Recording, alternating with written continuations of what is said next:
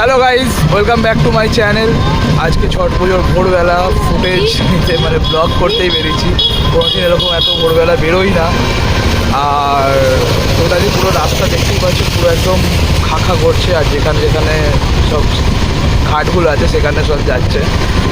তো এখন আপাতত আছি, এবারে ফুটেজটা নেব কোন্নগরের বিশ্বলক্ষ্মী বা বারো মন্দির যদি পাই, কারণ প্রচুর এখানে ভিড় হয়। চলো বেশি কথা না বলে ঘাটের ফুটেজ দেখানো যাক।